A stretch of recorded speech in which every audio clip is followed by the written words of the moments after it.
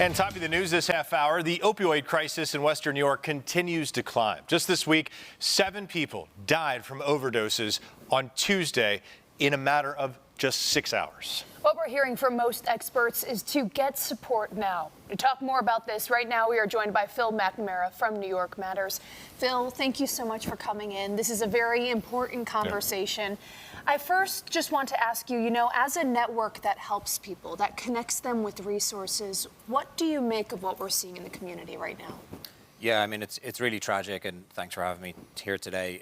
It's obviously a really tragic situation, and the numbers, despite a lot of work being done in the area, are unfortunately going the wrong direction. So Matters really works with a lot of community organizations, a lot of hospital systems, a lot of treatment partners to try and bring all of those kind of siloed partners together to really try and impact the numbers going in the wrong direction. This may be the same answer that you just provided, but I think about this with a little bit of historical perspective. In 2015, 2016, we were seeing hundreds and hundreds. Those were really supposed to be our peaks. And of course, the task force was created. This came out of that and everything else. But the task force was created because it was unprecedented. And we are seeing numbers that are far surpassing those. And so when you're talking about going in the wrong direction, it's not just going in the wrong direction, it is falling off a cliff. And is it all, we hear about words like xylazine and fentanyl. Is that it? Are our drugs dirty for the people who use them?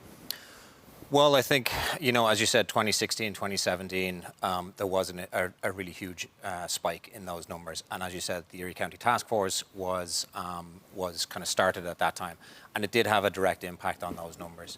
And then you can see since COVID as well, the spike has kind of started to turn, and unfortunately those numbers are going in the wrong direction. A lot of that has to do with the adulteration of the drug supply, as you mentioned. And this is kind of what these tools and what Matters tries to do across New York State, not just here in Erie County, but across the state. We try and provide those tools to those who are using, and then when they're ready for treatment, we also try and get them connected to care whenever possible. Because Phil, remove those barriers. Phil, the reality is that people use, and right. The other reality is maybe we don't want to lose those people who use. Maybe they're a loved one or something like that, and you need to get them to the point where they want to get help themselves, right? That's Sure. what these critical life-saving tools are. Yeah, absolutely. The reality is, there's two realities to that. One, there are people using recreationally that are also in danger. It's not just about people who are addicted. But what we want to do is keep all of those people safe. Addiction is not a linear process. For people, it can take a long time, multiple attempts to get into what we call recovery. And what we want to do is keep those people as safe as possible while they make that journey. And then make it as easy as possible for them when they are ready for treatment. And that's also what Matters does. And while we're talking about that, for the people who are going to use drugs, how crucial is it that they are checking those drugs? Absolutely crucial. It's life-saving. It's exactly what it is. We have two, things on the table right here. We have Narcan, which obviously is a life-saving medication that can reverse the effects of an opiate overdose. But the other two tools that are on the table right here are fentanyl and xylazine testing strips that can preemptively kind of stop that beforehand. If you know what you're putting into your body, you're armed with a little more information, and then you can use in a safer manner, like using a little less, using with a partner to make sure that if you do overdose, you can have as much Narcan on this table as possible, but if you're alone and there's nobody to administer it, it's not going to save you. So, using those simple harm reduction steps and tools, especially starting with your drug testing.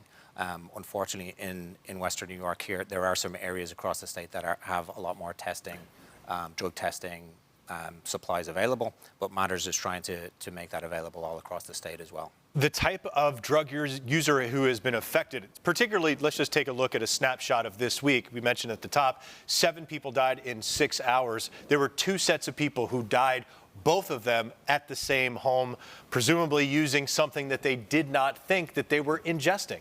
So maybe we're not talking to perhaps the drug users, or maybe they're not our biggest viewers, but there are many other people out there who might have a loved one, or they might be concerned about someone. What can they do? Is it as simple as picking up these items and having them with them, or what else can they do? I think, yes, absolutely picking up these items. Go to the Matters website. You can order these for free. Matters, along with our partners, Oasis, are supplying these supplies all across New York State, so you can order them on our website. but also just having those conversations. Conversations about substance use, having conversations about just recreational drug use are challenging, and they're really hard to have. So we do hope that these tangible supplies are not just being tested, using to test your supply, but also are being used to have these difficult conversations and empower people with education, as much as, you know, education about what you're actually putting in your body, but just the fact that people are using, and then how to use safely if you do come across something that is a little more dangerous. And you guys have resources to help people with those conversations, right? Absolutely, yeah. As I said, if you go to mattersnetwork.org, there's lots of educational materials, what xylazine is, what fentanyl is, and there's a lot more educational materials on there. You can order these supplies for free. We also have a telemedicine hotline, which is 765 Matters, for anybody who is looking for care immediately. We're very lucky here in Western New York that we have funding for that to be 24/7. We're looking to extend that across the rest of the state as well. So again, try and keep people as safe as possible while using, and then when they're ready for care, to remove as many of those barriers to care as possible. Phil, you also mentioned the work Matters is doing to make these resources accessible to others. And I know you guys also put vending machines all throughout the community. How has that been since that was launched? It's been incredible, and it's actually it's one of our programs that we're incredibly proud of. Here in Western New York, we have 3 in the kind of Buffalo area. We have so many in Niagara County as well.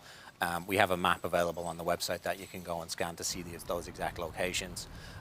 And again, there's a lot of barriers that are associated with substance use, and again, those hard conversations. So a lot of those conversations are not had, and there's a lot of stigma attached to substance use. So having those services and those supplies available, barrier-free, that you can go to without having to speak to somebody. A lot of clinics, they're available too within business hours, but a lot of people are using recreational, a lot of people are using substances after hours. So giving them access to those supplies after hours for free, without a lot of data and a lot of personal information, is really, really life-saving. Phil McNamara with the Matters Network. Phil, thank you for being here. Thank you for what the Matters Network does for folks in need. If anyone at home feels like they want more information, this interview will be posted. There are QR codes and other links on our website, wivb.com, will get you the help that you're looking for. Phil, thanks a lot. Thanks for having me. Thank you.